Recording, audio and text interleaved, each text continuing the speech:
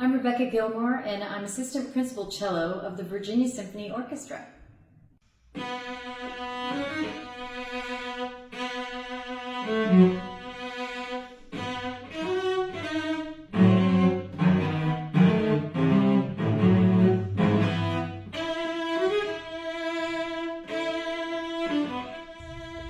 I'm from North Carolina, and I began playing the cello at maybe about the age of 3. I have musical parents, so it was sort of, my mother's a professional cellist, so it made sense that I got a cello.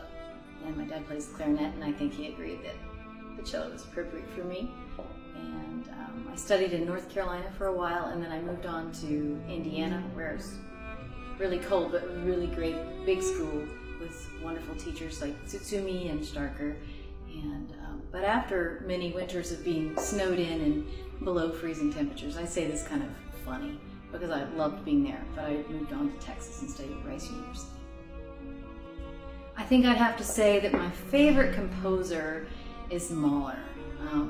Mahler and I go way back, but I also I love other kinds of music. I have eclectic interests, like I like to turn on B-52s, or I like the Beatles because you can understand the lyrics. I love Sarah McLachlan. But I think Mahler and I go way back, which is an interesting story because I auditioned for my local AF of M musicians local and won the chance to go study for a summer at the Congress of Strings, which actually no longer exists. But there, I was able to play Mahler's First Symphony, and I fell in love with Mahler, and I think I had those moments in music where I said, that's what I want to do. So here at the Virginia Symphony, we have a new musician-driven initiative where we have various small groups of musicians go out into the lobby, maybe 45 minutes before the concert, and just mingle with the audience. It's been rewarding for both the audience members. I can see that they light up when they see musicians that they've seen far away for so long. And the musicians light up too because they get a connection with the audience that they wouldn't get otherwise. And one example of that was that our first lobby greeting, we went out and our principal cello, he was spotted by somebody and they said, guess what, our last name is the same as yours, and we've seen you far away for 20 years, and now we're seeing you up close, and he was pretty excited about it.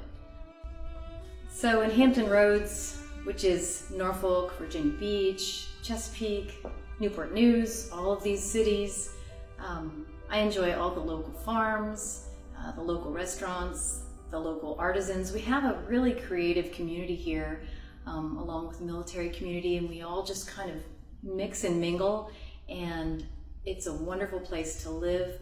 I've lived here a long time.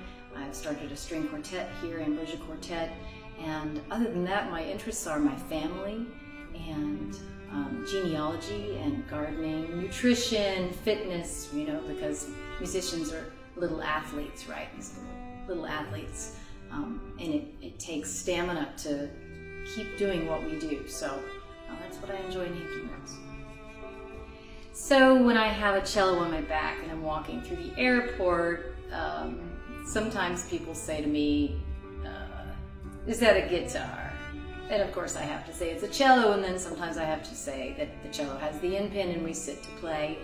And also it makes people nervous when cellists get on the airplane, and you always have to tell the stewardess, I bought a ticket, and they still sometimes have a little anxiety. But if you work with them and you tell them that truly it will fit, it does fit in the seat, and you show them how it can strap in and that you need the extra long strap. It's kind of a zoo to get on an airplane, but it's a fun way to travel with your instrument. Make sure it's safe and right beside you. So I thought maybe one more thing I might touch on as a musician, and having been a musician for a long time, is performance anxiety. We take auditions, we perform, and even musicians get performance anxiety when they go out to lobby greet. So I guess what I want to say about performance anxiety is how we deal with it. One, first of all, is to be really, really prepared. And I think we all know that. because if you're really prepared, you won't be anxious about it. And this is true of many things that we do in life, right? So if you do anything new, be very prepared. Maybe another thing that you can control when you're nervous is just breathing. And for woodwinds and brass, this is essential. String players actually, they're like little newborn babies. You have to kind of hit them on the back so they remember to breathe sometimes. But yes, it's essential to breathe. Maybe belly breathe. Maybe if you've taken a yoga class, you know what it is to breathe a little bit more slow and more deep. And actually, I recommend yoga for all instrumentalists and singers. But I think that, and just a mindset, if you know that you have a solo performance, just if your mindset is that you put yourself in that space when you're in your practice, so that you're actually performing what it would feel like to do the solo. Really go for it as if it was the solo, so that you have that exercise of how that would be, and keep breathing. That's it.